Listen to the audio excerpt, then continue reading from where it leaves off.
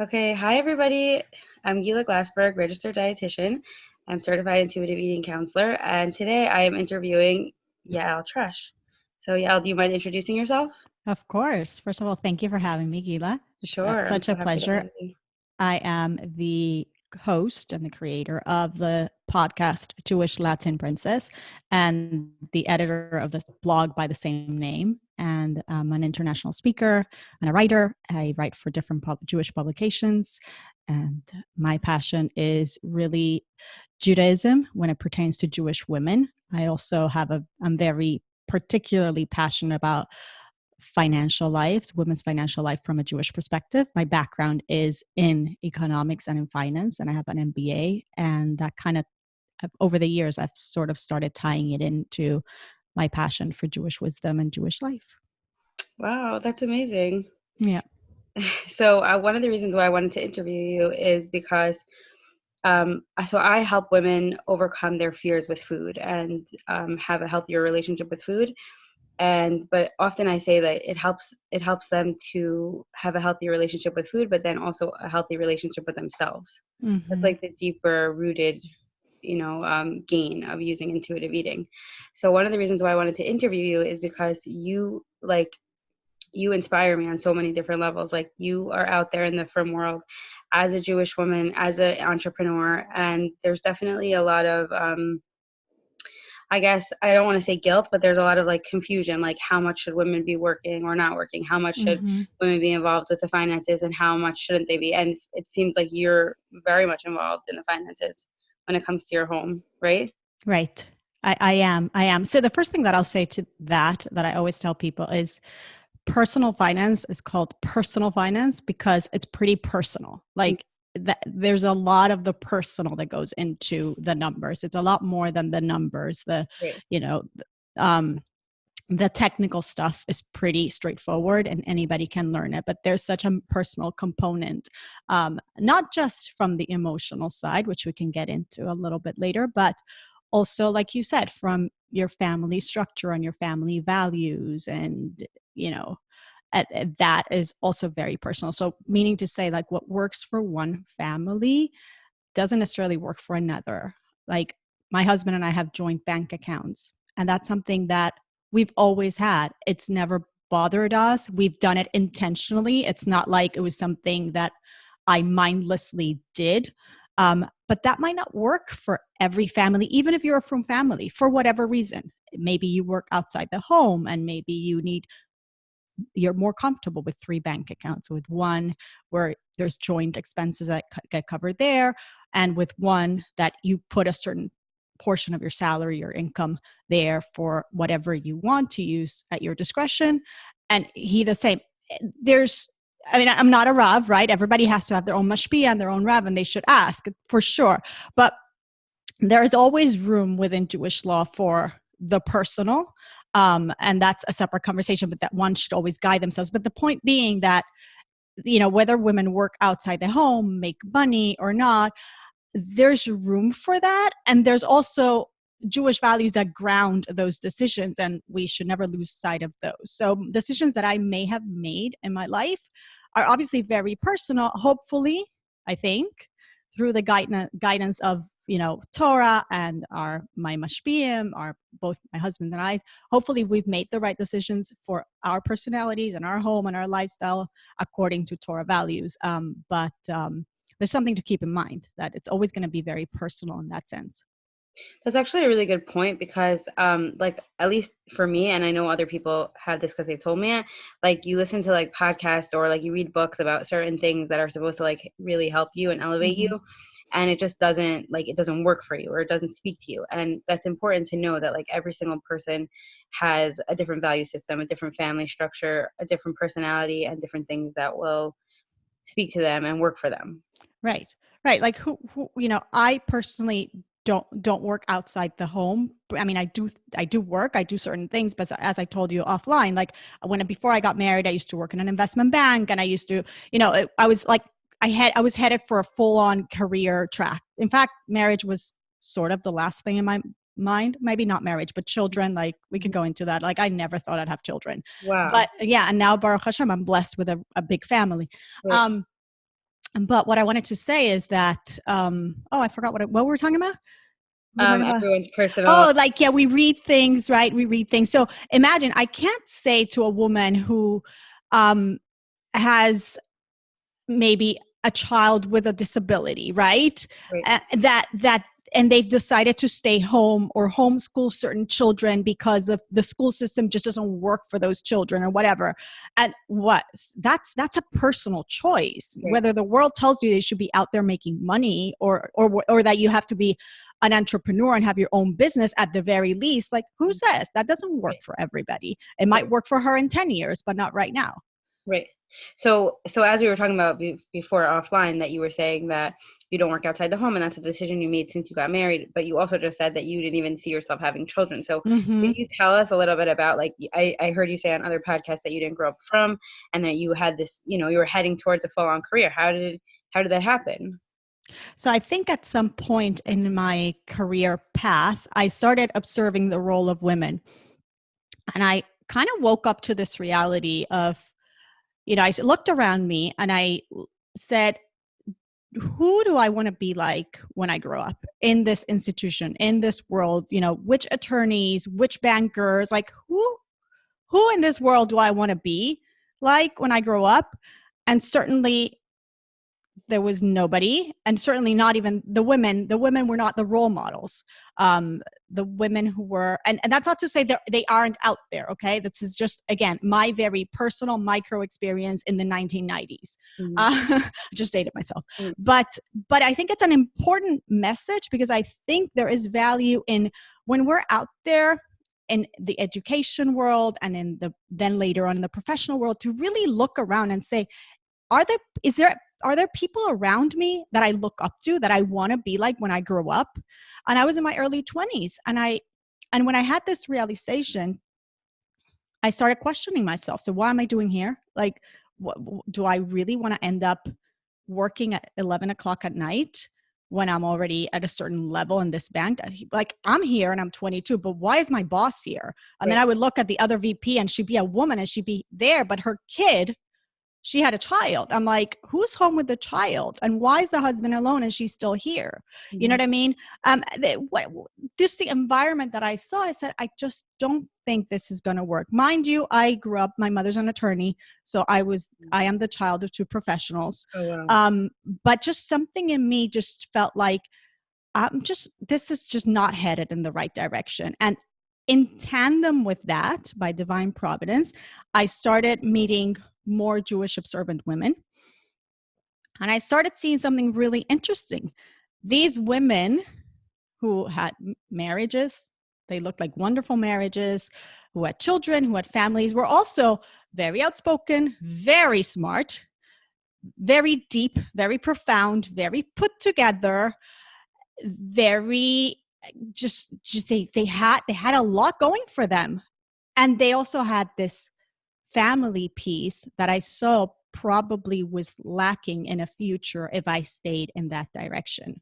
That's not to say that you can't have them both. I want to be very, very clear. Right. But there was a stark contrast. And also there was this shift of this idea that, 1 minute, I've been groomed to be knowledgeable. I went to the best schools. I have a master's degree, and to be assertive and outgoing and to speak up for myself. These women are also assertive and outgoing, and they speak. They're no pushovers, Right. and, so I woke up to this reality that perhaps there is something in Torah that I didn't comprehend. So the role of women really, really kind of spoke to me, and it led me to delve a little deeper. And it's probably why to this day, I'm really just passionate about speaking to women. Mm-hmm. And I'm passionate about things that resonate with women and that are important for women from a Torah perspective, because I think the Torah does have so much to say to anything in life, but particularly to women, and we should not miss the message. And society, on the contrary, sends very, very contradictory messages or opposing messages to the Torah message. So you didn't grow up from at all, or at all. zero? No, like, you didn't Well, I mean, the basics, What were but the basics? you can't compare Right. to, so Yeah, so Baruch Hashem, eventually, and it's not something that happens overnight. But Right. I had in my 20s one conversation with my mother that I always share this because it was very poignant. I was at this point living in Miami. I had left my job in Manhattan. I found a job with a startup in Miami, and I was still working like crazy and this and that. And I remember I called up my mother, and I was almost 25, I think, at this point. And I said to my mother, Mommy, I think I don't think I want this for my life. I mean, she's like, what do you mean? I said, I want to get married, and I want to have kiddush Friday night, and I want a table with children and a husband who's there. And my mother said to me, I'm so proud of you. And that like stopped me on my tracks, because here's this attorney. She's not like the most emotional woman anyway, not that those are two are mutually exclusive, but it just happens to be. And she'd never been like vulnerable like that with me. And she said, if I had to do it all over again, I would do it entirely different. Yeah. And that, Gila, for me was like the green light to, you know what? I have to explore this for myself. I have to see if there is another value system out there that where I can be my own person. I mean, I'm not, I have certain talents and certain things that got put into the world for a reason, right? But that can really be meaningful, and I could really, look forward and to building a certain type of life. And I was at a point where, like I said before, like, is this where I'm headed? That's so interesting. So I'm going to go on a tangent for a little bit Mm-hmm. because you're bringing up such a good point.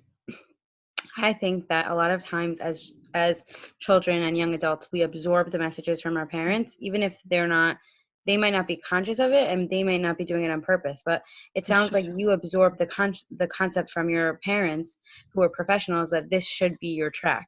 Right. This is what you should be doing, even if, let's say, they're not necessarily happy doing it.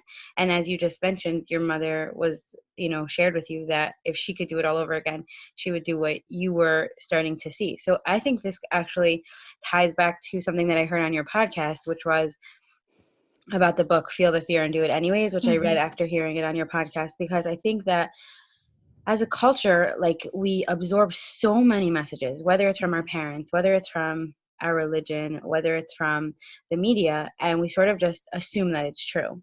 And then we get to a point in our lives where we're sort of like at this crossroad where we're like, okay, well, society said, like, I'm a woman. If I get a career, if I get a good job, I'll be happy. I'll feel successful.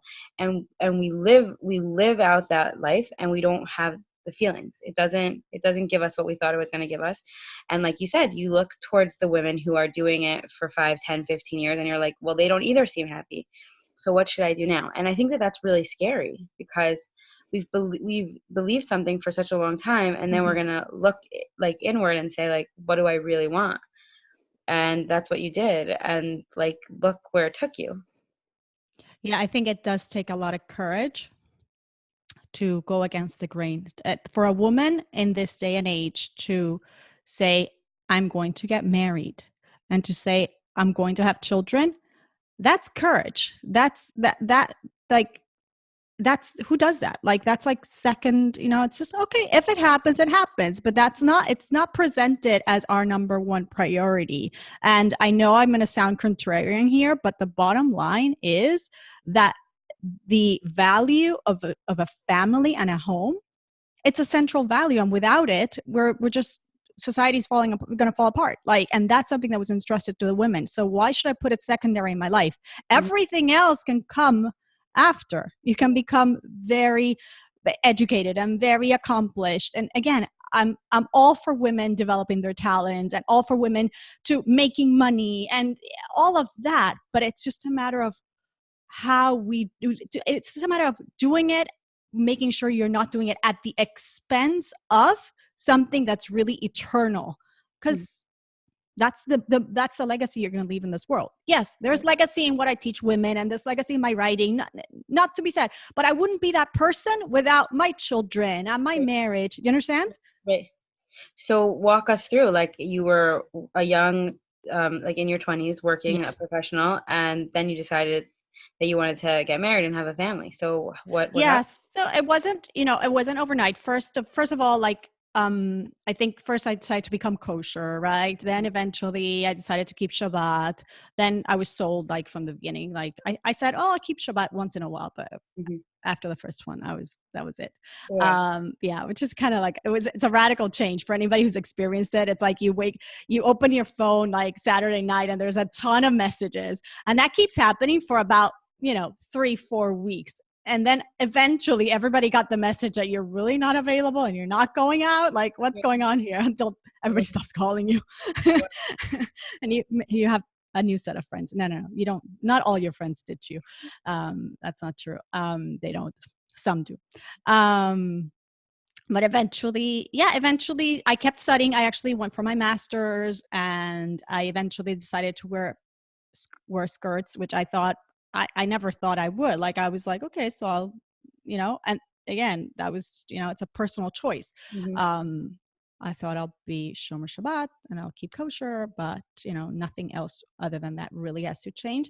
But eventually that's what I decided that was fulfilling and that was meaningful. And I was just like this, like just on a path upwards. And then somebody suggests I started dating, people who were like kind of on that path until somebody suggested my husband, and that was it. And your husband grew up from? No. So you guys sort of like met at that. We were already religious, pretty observant when we met independently. Very cute. That's yeah. Was your family supportive of your decision to become from? So you know what? I get that question asked a lot, and people get surprised by the answer. The answer is flat out yes, in the way that, in meaning, of course, there were challenges and there were some tensions here and there, but my situation is pretty unique because I was on my own. I was older. I was making my own money. I was, so it wasn't like there wasn't a day-to-day tension. That, and yes, to give them credit, they are very, very kind, generous people in general. So, they were very flexible. It did take, it's a dance. It's a dance of communication. It's a dance of respect. But the general answer is yes, they were supportive. Like, I remember my mother once saying, like, people say like that you're crazy, and like the typical conversation, right, they have with their friends. And I keep telling him, like, what? She's not a drug addict. She's not a prostitute. Right. What's so wrong? What's so wrong here? Right. So you know what? My mother was also a bit of a contrarian in that sense, and I have to give her credit for that. She really didn't care what society thought. She understood that, yeah, it might not be her personal value system of what she did, but in the big grand scheme of things, really, she might be onto something, Wow, that's amazing. So what we were talking about before offline is that you said that you don't work outside the home, and that was a decision you and your husband made. So you were sort of like heading onto this like really serious career path. Was that hard for you to like stop and really sacrifice for your motherhood? Not really, but mainly because I don't think I loved what I did, and I'm the type of person who really needs to love what they're doing. Like, I really need to have meaning. Like, the money doesn't drive me. The money's important, but it doesn't drive me. The meaning drives me. So, and I'm also a very hardworking person. So when I spend hours and hours, researching and writing an article or preparing a speech, it might be a lot of work, but it's just so meaningful and important to me. And I could be spending the same amount of hours running spreadsheets at a bank, and I'm just going to be a miserable person, right? And I might get 100 times, the paycheck. So in life, I think there's a balance. Not to say that money's not important, but there's a balance. And I happen to be a person who needs to do things that are meaningful for me. So leaving my career where it was not like, it was almost like a relief. Yeah. It was a conscious decision, but it was almost like a relief. Later on, I helped my husband build a business, and so I did do many things afterwards. And certainly after my kids got bigger, I started doing more and more on my own, till the point you met me as a podcast host, etc. But I never went back formally into the workforce. So actually, I'm relating to what you're saying so much because we talked about this on our interview on your podcast, but I was working in a nursing home full time, and I didn't really get to see my kids a lot. And I I like working in a nursing home, and I still do 2 days a week, but I knew that like full time, it wasn't like my calling. And it was really, really hard because like I went to school for many years, and I really, I know. yeah, I really like, I thought what everybody told me was that you work in a clinical setting for many years and you build those clinical skills, and just the direct experience of being miserable from a job was very, I guess it's like cognitive dissonance. Like, Yeah. what do I do now? Like what you're describing. Like, Yeah. And also it's like this concept of a sunk cost, like in economics, like you've invested this time and money into this. You need to keep at it. But there's a right, time when you just have to say 1 second, like, no, just that's it. There, and the truth is, you found through your work, and I found in my life also, that a lot of the skills that I learned have translated into what I use today. It right, might not be the box path that right. other peers in my class, followed, but it certainly benefited me and has benefited me in many, many ways. So I think it's important for us to often take a step back and evaluate the decisions we made and not feel trapped. They're like having those they call it a fixed mindset, or like those limited beliefs. And Hmm. yes, it's really, yes, you might have student loans and but perhaps you need to do a shift, because you know what, we have one life and Yeah. we're here to contribute as much as we can, and being happy is an important value. And so do something that really fulfills you. Yeah, for sure, pay your bills and all that, but find where the meaning is. I mean, I can't stress it enough. It's so important. And although I will say that this shouldn't sound as, I can't preach to everybody, because I had the luxury that I have a husband who was able to support that decision. And that's not that, I want to be open and say that that's not necessarily the case for everybody. Right. So yeah, there's certain trade-offs and there's certain sacrifices that often we have to make for a period of time. But overall, we should try to evaluate our life choices and decisions with, where is the meaning, where am I contributing the most, and being fulfilled, not for my own ego, but really because I'm contributing. And that also brings a sense of fulfillment. Yeah, so one of the things that she says in the book, Feel the Fear and Do It Anyways, is like she has a diagram, and it's like a triangle. So Mm-hmm. one of it, I actually I I don't started, remember, so tell me. okay, I started to write like things that are inspiring on my bedroom Uh-huh. wall, so that Oh, it's cool. like in my mind.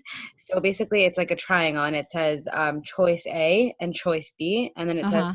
choice A, right choice, choice B, right choice, and then down the side it says goodies. So she explains that we're so afraid of like making the wrong choice that no matter what we choose, it's wrong, because we're always thinking, well, if I would have done choice B, I would have gotten blank, right?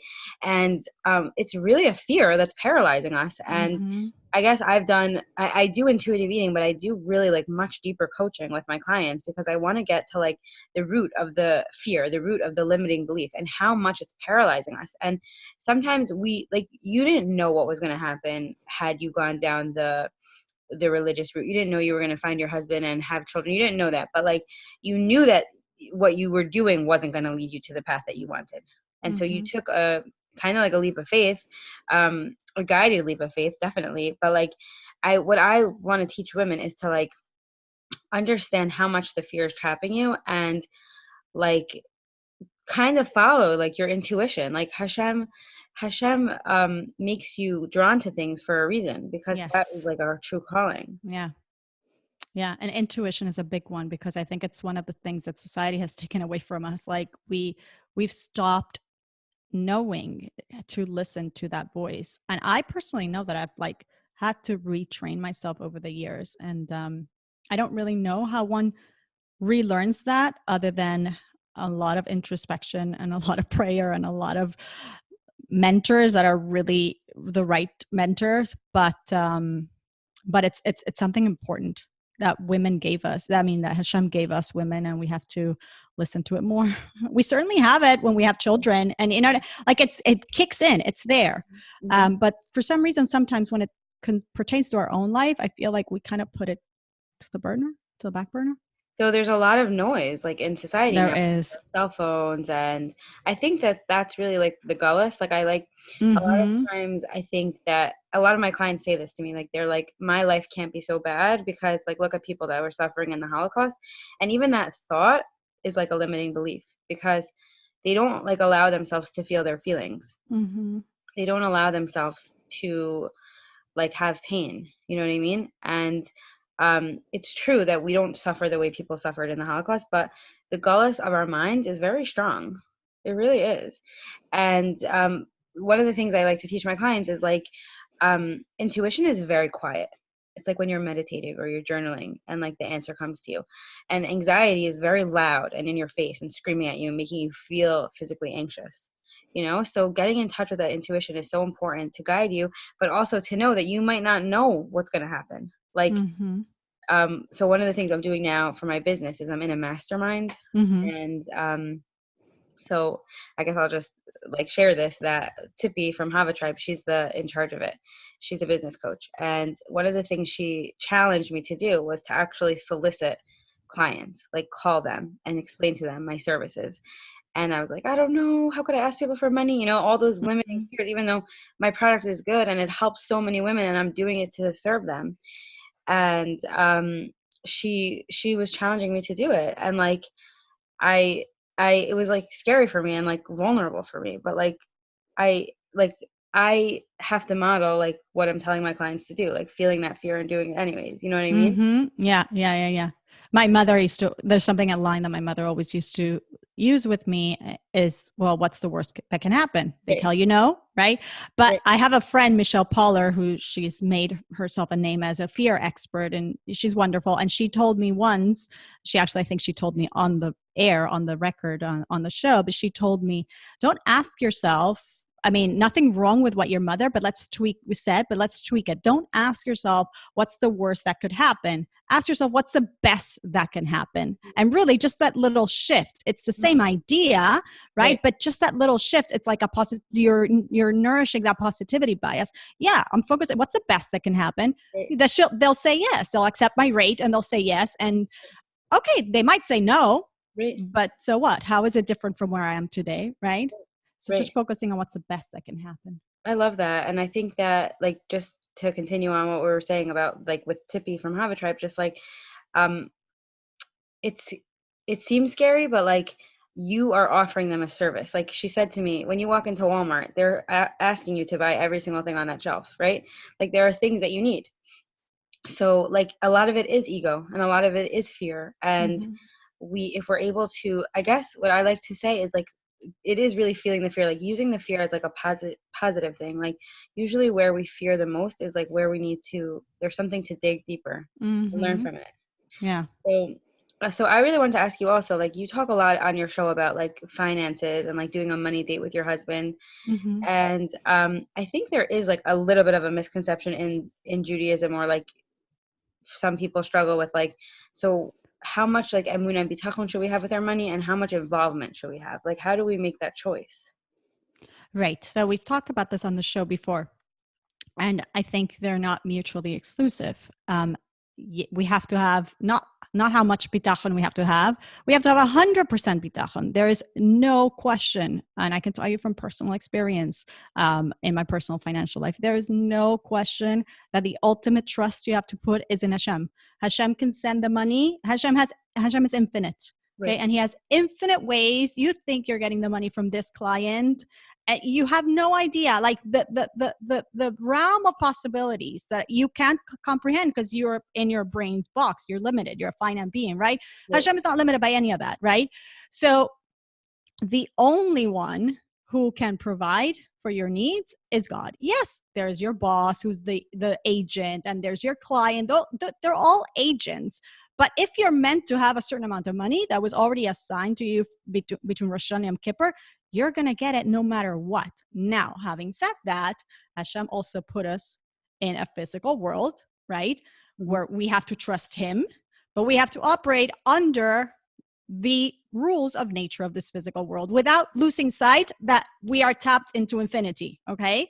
That means that we have to go out there and we have to call the client and we have to pitch for the speaking engagement and we have to, whatever we need to do, we have to show up. We have to go and negotiate with our boss. We have to go and do the work. Whether Hashem sends it that way or this way, that's up to him. Right. As long as I don't rely or delude myself to thinking that my parnasa is depending on that client or that manager sitting on the other side of the table, then I'm doing what I need to do. I'm involved in the world, but I'm above the world. I love that. And Tippy from Hava Tribe, she was so confident. She said, "You're gonna make 3 calls a day, but it's not gonna come from those. It probably won't come from those 3 calls, but you still have to do it." You still have to do the work, exactly. Yeah, it taught me a lot. I mean, I kind of knew that like intellectually, but like doing it is different than like learning it.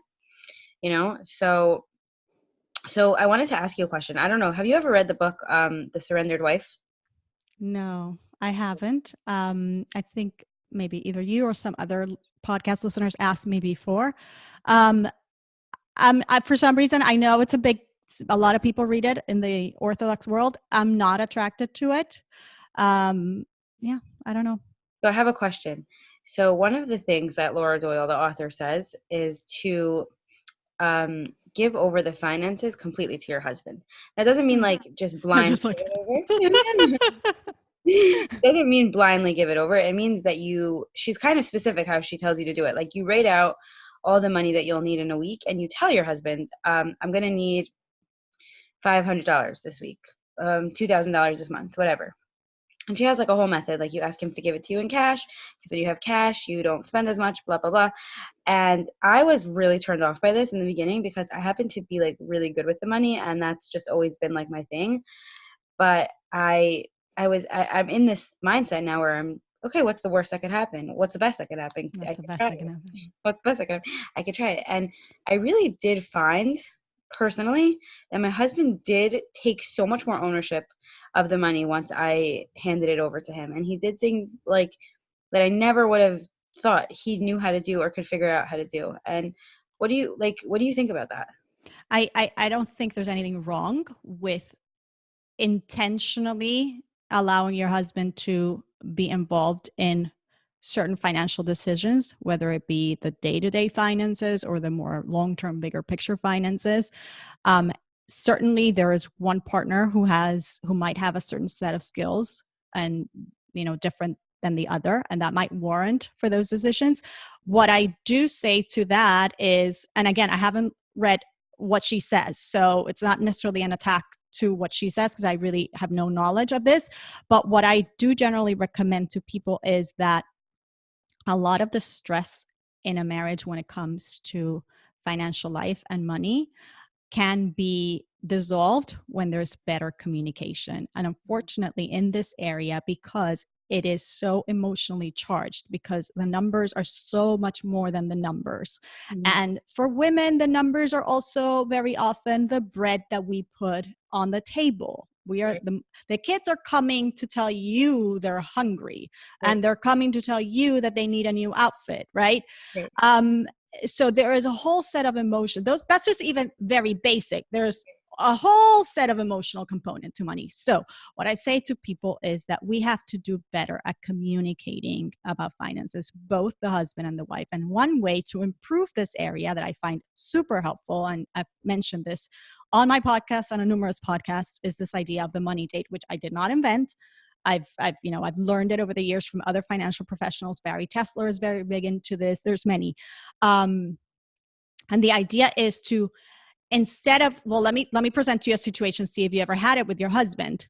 Have you ever been like busy with dinner or, and kind of maybe taking a client call and your husband asks a question about a credit card statement? And before you know it, what could have been a simple answer turned into a 20-minute fight. I can relate to that. You can, right? Definitely. Most of us can. And all of a sudden you're like, what just happened? We were both living life. Like, what just happened, right? So what just happened? What happened is it wasn't the time or the place for the communication to take place. Mm-hmm. So what I advise people to do is to set regular dates, regular set times and spaces where alone we can actually discuss our money. And again, whether we decide that you manage this part and I manage that part, or you have one bank account and I have another, that's all the technical part that we get to eventually. But when we get used to regularly communicating about money in a respectful way, then that's going to lead to peace in the home, because there's no need anymore for in the kitchen all of a sudden, a comment about the credit card being explosive. If you have something to ask about the credit card, you already know that on Sunday at 3:00 you're anyway meeting about it. So it's going to be explored. And because you're meeting about it at the right time and space, you're probably not going to explode, because the question is not going to annoy you, right? Because you're not busy with dinner. Right. And with the kid who just had a tantrum, or the client who called you desperate for your attention, whatever it might be. Right. So that's kind of, that's my answer to that. So it's not flat out, don't hand over your money to your husband. Granted, I do think that this also helps, because it means that women are more involved, that women know where the money is, that women know their financial lives. As we know, women live longer than men. At the end of the day, there probably is going to be a time where women are going to be having to manage their money. So we certainly don't want to be in the dark. Mm-hmm. And you'll be surprised to find that a lot of men are very relieved to know that they're not carrying the whole pressure, that we actually care, and that there's also this idea of being in the same team. I got a call from somebody recently. He says, my wife and I are having fights about money all the time. What is his issue? He says, in December, she spent, I don't know how much, and we had made a budget, and now it's January, and she already spent another couple $100 in clothing that she claims she needs for work. And I'm in so much pain. I don't know what to do. Oh, and he told me we're in debt, in credit card debt for 3 years, and she doesn't understand.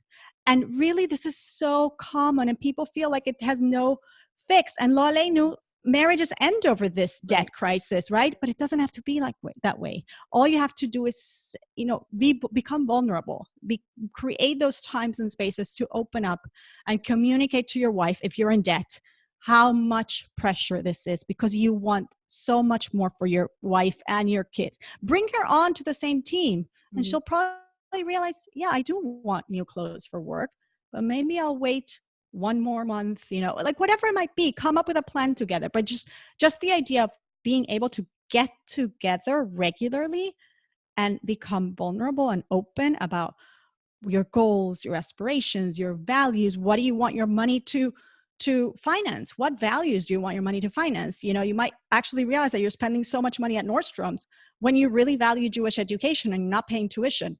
Well, then something's off. Then you're really not living in alignment with who you really are. Your money's not supporting who you really want to be, perhaps. So all those things, very often we forget to talk about with our husbands. So you're sort of taking out the loadedness of it, that it's sort of like you said, money is there for a reason. It's not a bad thing. It's not a negative thing. It's for sure. And where we spend our money is what we support and what is in alignment with ourselves. And I guess it's a lot about just becoming intentional, making decisions based on the information. I'm not going to spend money at Nordstrom's this month because I spent money on blank, but that doesn't mean that, it's bad to spend money on new clothes. It just means that right now I'm saying no because I want to say yes to something else. Exactly. And the truth is, sometimes we have to be contrarians, because, anybody who has Instagram can tell you it's very challenging to be focused on values when your whole Instagram feed is telling you to spend money on something else, right? And there's millions and millions of dollars in marketing and advertising and Facebook and Instagram telling you to spend money on certain things. But if you step back and you really think deeply with yourself and with your spouse, what do I really value? So you make more informed choices. It's not to say that you can't spend money in beautiful clothing, or you get, no, nobody's making those blank values, judgments or value statements, right? It's for you to define with yourself, and certainly if you're married, with your spouse. So I have to just, as always, like compare this to diet culture, because diet culture is so loud and like all over Instagram and all over, the diet industry is a $78 billion industry per year. So it makes sense that so many people are so attached to losing weight and looking a certain way, Mm-hmm. because that's what the media is really shoving down our throats. It's the same thing with money and spending. Like, advertisers use their skills to tell us like you're nothing without XYZ, right? Right. And you're saying really that like the money date and the intention is taking a step back and asking yourself, what's my value system and what am I doing to support that value system? Mm-hmm. And I should mention, the bottom line is, and I think I said this at the beginning of the interview, is that one of the most important values, if not the most important value that we're talking about here, is our marriage. So the Right. bottom line is, you're not just doing this for your money and for your bank accounts. You're primarily doing this for your marriage, because God put you in a partnership, in a marriage with a soulmate, to achieve things together. And part of achieving things together in this world is through your money. That's one of the tools that God put in the world. It's a pretty powerful tool. Mhm. So why not be intentional together and make sure that that is not a cause for tension and division between the both of you, but rather a tool that unites you and that furthers you on your mission to serve Hashem in this world. And we can only really do that when we learn how to talk about money with our spouses. I love that. So you recommend like having a weekly or monthly or whatever it is, a time frame where you are regularly sitting with your husband and discussing the finances and your goals and what you want to be doing with your money. Yes, the key word being regular. It should happen regularly.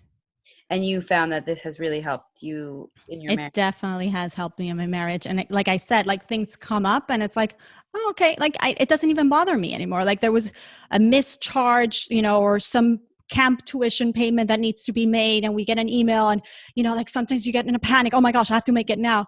Right. No, it'll be dealt with next week on the money date. Like there's hardly anything that's that urgent that deserves an explosion of emotion. It's just, of course, everybody's on to getting our attention, right?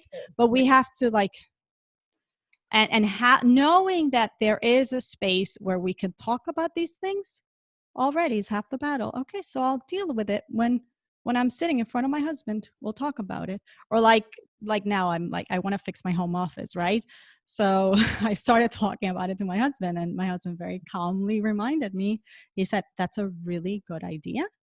Why don't we talk about it at the money date?" And I'm like, "Yeah, that's what the money date is for." In fact, he told me, I get the sense that certain repairs in the house are a priority for you.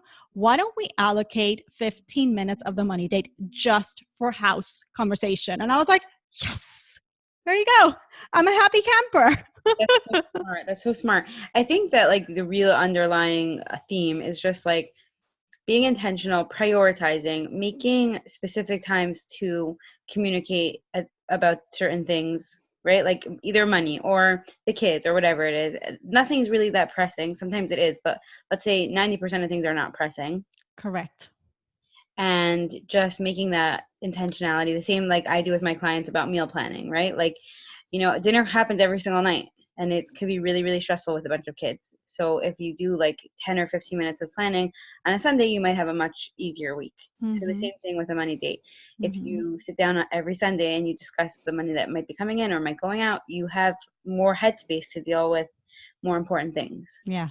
And by the way, just like dinner, Pesach happens every year Right. and Tishrei happens every year, right? Right. So you might realize that you might want to remodel your entire house, but perhaps you need to make sure that you're saving for Passover, right? Like, Right. but you only really know that when you sit with the numbers in front of you and your spouse. So here, on the flip side, you could go and call the granite guy or and go swipe things on the credit card. And all of us, and nobody talked about it. He came home and there's a beautiful new kitchen or whatever it might be, right? I'm talking like big, huge expenses Right. here, but Right. just to dramatize the point a little bit, right? Mhm. And then you're wondering 2 months down the line why the guy's so stressed or why you're both so stressed or why, you're fighting over money. Right. But there was never any intentionality. And yeah, you both want guests on Passover and you want the nice food or whatever. I'm not saying, God forbid, to anyone that they shouldn't have a remodeled kitchen or whatever. No, what I'm saying is let's try to be intentional with how we go about those things when it comes to spending, whether it be spending or saving or investing or giving or donating, which is also something that often kind of like goes it falls down the wayside. And it's like, but it's a primary value for so many of us. Right. Why are we not giving tzedakah? Have we been actually like tallying? How do we actually have a Meiser account? You know, like are we really giving tzedakah? So if we don't sit and, you know, and think about it and become intentional about it, we actually might realize that we're not. We might think we're really being very generous, but we might not even be doing as much as we're supposed to be doing. But again, that's a values conversation. Right. Are you a fan of Dave Ramsey? You know, I have to say that I had my Dave Ramsey periods. I've read Dave Ramsey. I've heard his radio show. I do have to say that I got out of debt through Dave Ramsey. I really appreciate the snowball method. Mm-hmm. I really believe that even from a Jewish perspective, just the psychology of taking your credit card debt and putting the lowest payment, the lowest balance first as your priority and working on that card first. And that is a motivator to continue further on. I use that strategy. I think it's very, very smart. And it makes sense. But the one part that I would say I'm not such a fan of is that and that again, that's might be my personality. Even though I'm a very disciplined person, there is a lot of him that is very rigid and very leaves little room for the emotions and realities and mistakes that happened. You know, you're going to embark on this financial journey with your husband, and you can be great at having money dates conversations, and you can set up goals, and you can realize, you know what, the next step is that we have to get ourselves on a budget. Let's use an example because we have a certain amount of debt that we want to take care of. The reality of life is you're not going to be perfect at it.